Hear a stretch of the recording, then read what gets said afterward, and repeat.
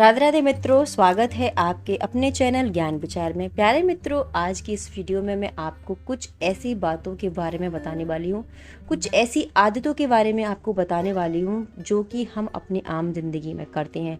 हर इंसान की कोई ना कोई एक बुरी आदत होती है, लेकिन जिन आदतों के बारे में मैं आपको बताने वाली हूँ, यदि उनमें से आपकी वो एक आदत है तो समझ लीजिए आप अपना नाश की ओर जा रही है।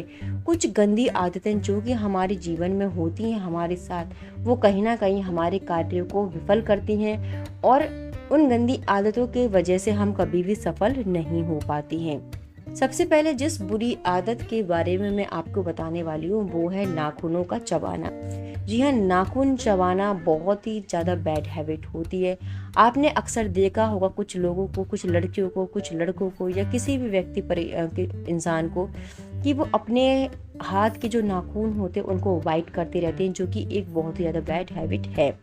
नाखून चबाने से होता क्या है? देखिए, नाखून चबाने से हमारी कुंडली में सूर्य कमजोर होता है, जिससे हमें अपयश की प्राप्ति होती है, यानी हमें कभी भी यश प्राप्त नहीं हो सकता और हमारे समाज में, सोशल में कभी भी नाम या हमें फेमस नहीं मिलता है। तो इसलिए हमें कभी भी नेल बाइट नहीं करना चाहिए। It's a very bad habit. इससे हमारा स्वास्थ्य तो खराब होता ही है, साथ ही साथ जैसा कि मैंने बताया कि आपको कभी भी समाज में मान सम्मान नहीं मिलेगा। तो अगर आपकी भी ये हैबिट है तो आप उसको तुरंत चेंज कर दीजिए। दूसरे यहाँ पर मैं बैड हैबिट के बारे में बात करूंगी, वो है पैर घसीट कर चलना। जी हाँ, कुछ लोगों को आपने देखा होगा कि जब वो चलते हैं तो वो उनके जो भी उन्होंने पहना हुआ होता है, शूज, स्लीपर, जो भी वो पहनते हैं उसे घसीट घसीट कर चलते हैं, और जो कि बहुत ही अनप्लीजेंट साउंड हमारे कानों को आती है। बहुत ही ज़्यादा बैड मैनर्स ये होती हैं। तो इस तरह की आदत से क्या होता है कि हमारा जो वैवाहिक जीवन है वो बहुत ज़्यादा इफेक्टिव होता है। इससे शादीशुदा जीवन में बेवजह की तू मैं बढ़ती है। इसलिए हमेशा पैर उठाकर चलना चाहिए। यदि आपके घर परिवार में कोई भी व्यक्ति ऐसा है, कोई भी बच्चा ऐसा है जो कि पैर या जूते चप्पलों को घसीट कर चलता है, तो हमें पैर उसको इस आदत को इम्प्रूव करवाना है, क्योंकि इससे क्या होता है, एक तो ये बैड मैनर्स होते हैं, साथ ही साथ जब भी हम कहीं किसी के पास से गुजरते हैं तो सारा अटेंशन, सब लोगों की जो निगाह हमारे ऊपर जाएंगी और वो लोग हमारे बारे में कहेंगे कि हम कितने बेवकूफ़ हैं और हमें चलना भी नहीं आता। तो कहीं ना कहीं क्या होता है, हमें एक बदनामी का भी सामना करना पड़ जाता है। और इससे एक जो हम बात करें कि इससे हमारे वैवाहिक जीवन में भी बहुत ही बुरा असर पड़ता है। तो इस तरीके की यदि आप में हैबिट है तो प्लीज़ उसको आप चेंज कर लीजिए। यदि आप चाहते हैं कि लोगों में आपका जो नाम बना रहे, आपका इज्जत मान सम्मान बना रहे, तो आपको इस तरीके के हैबिट को बिल्कुल भी अपनी लाइफ से हटा देना है। नेक्स्ट मैं बात करूंगी बिखरे हुए जूते चप्पल। जी हाँ, घर में बिखरे हुए जूते चप्पल आपने मोस्टली फैमिलीज में आपको देखे होंगे, जो कि बहुत ही ज़्यादा देखने में गंदे लगते हैं। यदि आपके घर में भी बिखरे हुए जूते चप्पल हैं तो प्लीज़ आप उनको संभाल कर एक जगह पर रखें, उनको व्यवस्थित करके रखें। कहीं कहीं पर चप्पलें, जूते उल्टे पड़े रहते हैं, जो कि वो भी बहुत ही ज़्यादा गंदा करते हैं। ऐसा करने से हमारे जो घर में है शनि देवता वो बहुत ज़्यादा रुष्ट होते हैं।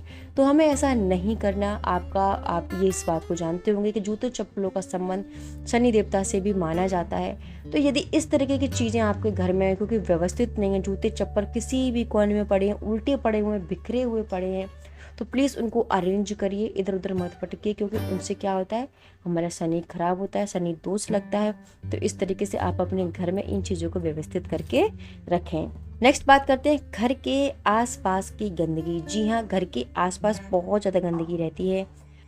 ऐसा कहा जाता है कि घर के आसपास गंदगी फैलने से जो हमारी कुंडली होती है, कुंडली में शुभ योग एकदम भंग हो जाता है। इस तरह गंदगी फैला कर रखने जीवन की शुभता नष्ट होती है। इसलिए जीवन में सुख और संपन्नता को बनाए रखने के लिए हमें कोशिश करनी चाहिए कि जो हमारे घर का आसपास का वातावरण है, हमारे घर है, जो हमारा मेन दरवाजा, वहाँ गंदगी ना हो, साफ सफाई हो। इवन हमें घर की स्वच्छता पर भी विशेष ध्यान रखना चाहिए। नेक्स्ट बात करते हैं बिखरी हुई रसोई। जी हाँ, बिखरी हुई रसोई भी हमारे घर में जो हमारी माँ अन्नपूर्णा है उनको नाराज करती है। यदि आप चाहते हैं कि माँ अन्नपूर्णा आपके घर में निवास करे, आपके हाथों में और आपके किचन में माँ का निवास रहे, तो आपको अपनी किचन एकदम साफ रखनी है। बहुत सारी महिलाओं को घर में देखा गया है कि उनके घर में बर्तन हैं, डब्बे हैं, जो भी खाने पीने के बर्तन हैं वो बिखरे हुए रहते हैं, जो कि अच्छा नहीं है। अगर इस तरीके की चीज़ें आपके किचन में फैली हुई हैं तो उनको आप व्यवस्थित करके रखें कि आप चाहते हैं कि ठाकुर जी का आशीर्वाद और माँ अन्नपूर्णा का आशीर्वाद आप पर बना रहे, तो आप इन चीज़ों को व्यवस्थित रखें।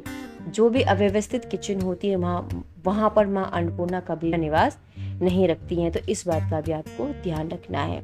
प्यारे मित्रों, ये कुछ मैंने आपको बिंदु बताए जिसमें कि क्या होता है कि हम जाने अनजाने में ये सारी चीज़ें करते हैं तो उनसे हमारा स्वास्थ्य खराब रहता है, हमारे घर में कभी तरक्की नहीं रहती। हम लाख कोशिश कर लेते हैं घर में कि पैसा का आवागमन बना रहे, हमारी इकोनॉमिक प्रॉब्लम अच्छी बनी रहे, लेकिन नहीं हो पाता। क्यों नहीं हो पाता? क्योंकि जो हमारी बैड हैबिट्स हैं वो ऐसा नहीं होने देती। तो हमें अपने घर को स्वस्थ रखना है, अपने घर को साफ़ सुथरा रखना है, अपने परिवार के जो घर के लोग हैं उनको भी हमें स्वस्थ रखना है, साफ़ सुथरा रखना है और बुरी आदतों को उनसे बिल्कुल दूर रखना है। यदि आप कुछ अच्छी हैबिट्स को डेवलप करते हैं अपने घर में, अपने परिवार में, अपने सदस्यों में, तो यकीन मानिए आपका जीवन बहुत सुखमय हो जाएगा। तो प्यारे मित्रों, अगर दी हुई जानकारी आपको अच्छी लगी हो तो प्लीज़ वीडियो को लाइक शेयर आप ज़रूर करिएगा। मैं नेक्स्ट वीडियो में मिलती हूँ नेक्स्ट टॉपिक के साथ। तब तक के लिए नमस्कार।